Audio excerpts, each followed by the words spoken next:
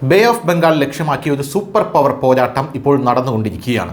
എന്താണ് ഈ super power പോരാട്ടം? യഥാർത്ഥത്തിൽ റഖൈൻ ഇടനാഴിയുമായി ബന്ധപ്പെട്ടുള്ളതാണ് ഈ സൂപ്പർ പവർ പോരാട്ടം എന്ന് പറയുന്നത്. റഖൈൻ ഇടനാഴി എന്ന് പറയുന്ന ഇടനാഴി തുറക്കണം എന്നുള്ളത് വലിയ നാളായിട്ടുള്ള അമേരിക്കയുടെ ആവശ്യമാണ്.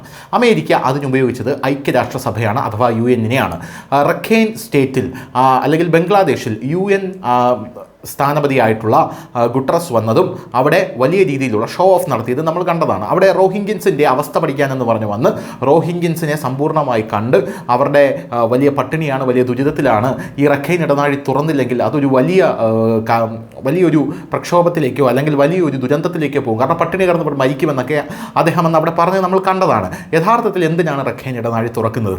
റഖൈൻ ഇടനാഴി തുറന്നു കഴിഞ്ഞാൽ അത് മുകളിലേക്ക്, അതായത് റഖൈൻ സ്റ്റേറ്റിൽ നിന്ന് മുകളിലേക്ക് വലിയ രീതിയിലുള്ള ചരക്കുകൾ കൊണ്ടുപോകാനായി സഹായിക്കും. ചരക്ക് എന്തിനാണ് കൊണ്ടുപോകുന്നത്? അത് ഇവർക്കുള്ള ഭക്ഷണ പദാർത്ഥങ്ങളും മറ്റുമാണ്. ഒരു ചാരിറ്റി പർപ്പസിനായിട്ട് ഇത് തുറക്കൂ എന്നാണ് UN പറഞ്ഞിരുന്നത്. പക്ഷേ യഥാർത്ഥത്തിൽ അങ്ങനെ തുറന്നു കഴിഞ്ഞാൽ അത് വലിയൊരു പ്രക്ഷോഭത്തിലേക്ക് നീങ്ങും. കാരണം അമേരിക്കയ്ക്ക് സമുദ്രത്തിൽ ബേ ഓഫ് ബംഗാളിൽ വലിയ ഒരു ആധിപത്യം ലഭിക്കുമെന്നുള്ളത് കൊണ്ടാണ് ഇപ്പോൾ ഒരു പ്രക്ഷോഭം പൊട്ടിപ്പുറപ്പെടാൻ കാരണം. ഈ കാര്യത്തിൽ ചൈന ഇടപെട്ടിട്ടുണ്ട്.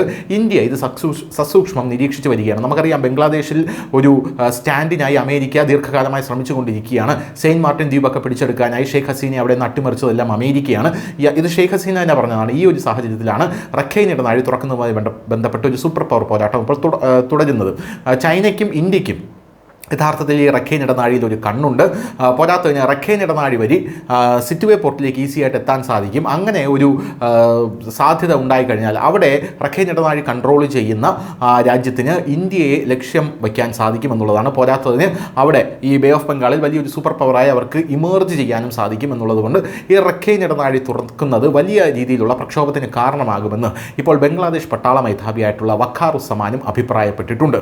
അതുകൊണ്ട് തന്നെ ഇത് ഭാവിയിൽ വലിയ രീതിയിലുള്ള ഒരു പ്രതിഷേധങ്ങൾക്കോ അല്ലെങ്കിൽ ഒരു വടംവലിക്കോ കാരണമായേക്കാം, അധികാര വടംവലിക്കോ കാരണമായേക്കാം എന്ന് തന്നെ നമ്മൾ വിലയിരുത്തേണ്ടതാണ്. എന്തായാലും ഇന്ത്യ ഇപ്പോൾ ഈ കാര്യത്തിൽ അഭിപ്രായമൊന്നും തന്നെ പറഞ്ഞിട്ടില്ല. പക്ഷേ ചൈന ഇത് നടക്കില്ല എന്നുള്ള രീതിയിൽ സംസാരിച്ചിട്ടുണ്ട്. അമേരിക്ക UN മുന്നിൽ നിർത്തിക്കൊണ്ട് ബംഗ്ലാദേശിനെ സമ്പൂർണ്ണമായി പിടിച്ചെടുക്കാനുള്ള, റഖൈൻ ഇടനാഴി വഴി പിടിച്ചെടുക്കാനുള്ള നീക്കമാണ് നടത്തുന്നതെന്നാണ് പറയുന്നത്. ഈ റഖൈൻ സ്റ്റേറ്റ് ഇപ്പോൾ സമ്പൂർണ്ണമായി അരക്കൻ ആർമിയുടെ കയ്യിലാണ്. ഈ അരക്കൻ ആർമിയും ഇന്ത്യയുമായി വലിയ പ്രശ്നങ്ങളൊന്നുമില്ല, സൗഹൃദത്തിൽ തന്നെയാണ് പോകുന്നത്. അതുകൊണ്ട് തന്നെ അമേരിക്ക റഖൈൻ സ്റ്റേറ്റിലും ഈ ഇടനാഴിയിലും ഒരു ആധിപത്യം ഉറപ്പിക്കാനുള്ള ഈ നീക്കം ഇന്ത്യ എങ്ങനെ കാണും എന്നുള്ളതാണ് ഇനിയുള്ള ചോദ്യം. News desk, news India Malayalam.